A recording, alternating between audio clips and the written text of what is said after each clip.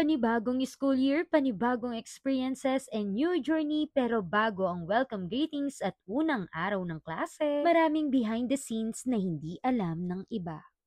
Hey, it's me, Bads Veron. It's another day, another ka-vlog-vlogan. Tara, samahan niyo ako sa kwento ng isang guro bago pumasok ang mga bata sa paaralan. At dahil nga bagong school year, bagong classroom, lilipat ng classroom.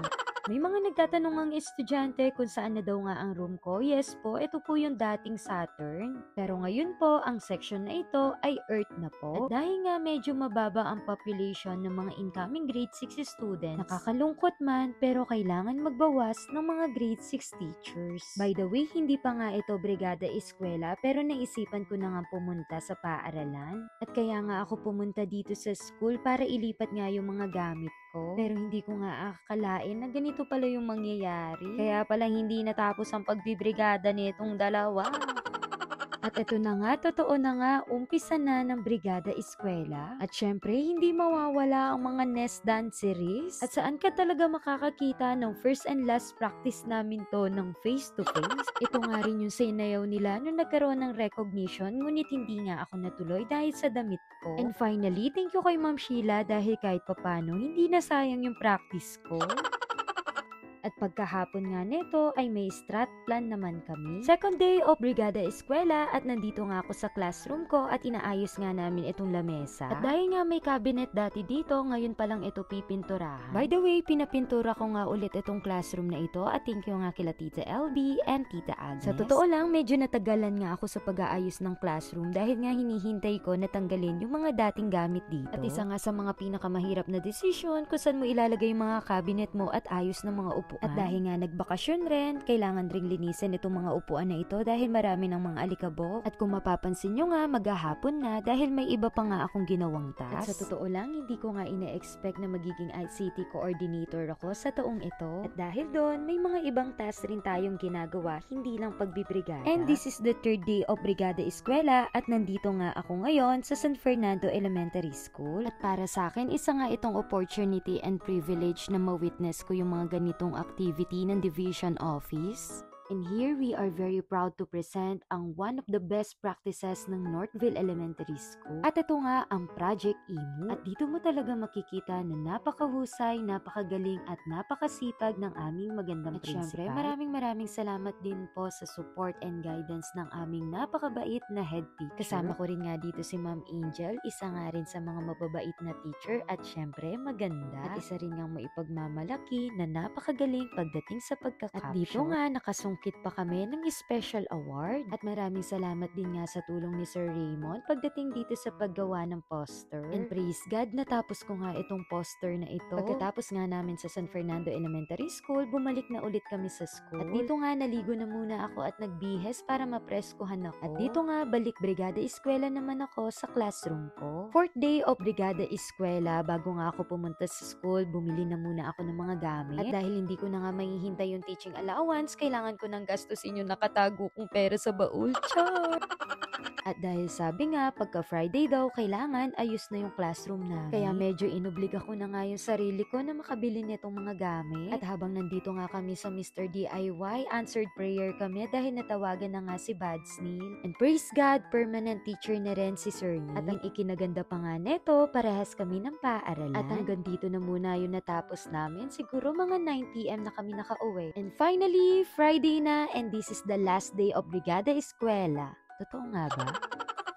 At inuna ko na nga munang linisin itong pintuan dahil nga may ididikit na pala dito mga class program at list of learners. Pagkatapos naman nga, naisipan ko na rin magbarnis nitong mga upuan para kahit papano magmukhang bago. At bilang susunod na ICT coordinator nga, kailangan na rin namin mag-inventory kasama ang mga stakeholders. At sa totoo lang, hanggang ngayon, hindi pa rin nagsisink in. Dahil aminado nga ako, isa sa mga kahinaan ko ay itong mga ito. At nung Friday nga, medyo maraming mga kaganapan at totoong nare-rush talaga ako. Aminado ako, medyo nahihirapan akong pagkasyahin yung mga oras sa mga dapat kong gawin. At ang sabi ko nga sa inyo, nung Friday, nag-check na ng mga classroom kung pwede na nga bang gamitin para sa Lunes. At sa totoo lang, pwede na rin ngang magturo at mag-aral dito ang mga bata.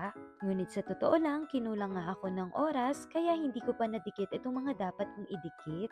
Kaya ang ginawa ko, pumunta ako sa school kahit Sabado. By the way, isi-share ko nga lang sa inyo, itong mga idinikit ko ay mga print ko lang. Ang iba nga rito ay dinownload ko lang from Google at ang iba nga ay from Canva. At sa totoo lang, medyo matrabaho din nga ito dahil magsisearch ka ng mga gusto mo pang design. Ida-download mo, ipiprint mo, pagkatapos ilalaminate mo pa. At syempre, iisipin mo rin kung saan mo gustong idikit. Pero alam nyo ba, sobrang natutuwa ako. Hindi maaalis, hindi maiiwasan na napapagod ang katawan natin, pero nakaka-amaze si Lord. Grabe yung strength na binibigay niya. At alam nyo ba, mga alas 10 na ito ng gabi at papunta nga ako sa classroom ni Bads Neil. At dahil na permanent na nga siya, saktong-sakto, advisor rin nga siya. At kahit papano, nilinis at inayos na nga niya yung classroom niya. By the way, ang araw ngang ito ay linggo na pala. At sa totoo lang, hindi pa tapos ang classroom ko at sa araw ngang ito, balak ko na talagang tapusin. Hindi pala araw, gabi na. Ayoko man aminin, pero sa totoo lang, medyo natakot talaga ako nung nakaraang gabi. Pero hindi naman ako yung sobrang takot, pero mas maganda na yung may kasama ako sa classroom. At dito nga, konti na lang yung gagawin ko talaga dahil magdidikit na lang ako ng mga i-display ko. At dahil linggo na nga ito, ay dapat talagang last touch na to. And finally, masasabi ko na talaga, eto na, tapos na. This is my last Brigada Eskwela. O diba, nakuha ko pang mag-room tour at sa mga nanonood talaga dyan, maraming salamat po. Baka naman sa mga nagpapadala dyan ng mga produkto, mga pre-samples. Baka naman LGU, stakeholders. Baka naman po sa mga magulang hanggang ngayon kailangan pa rin natin ng mga cleaning materials for maintenance. At dito ko na lang talaga masasabi, sumakses ka, Veron, sumakses ka, Mamber.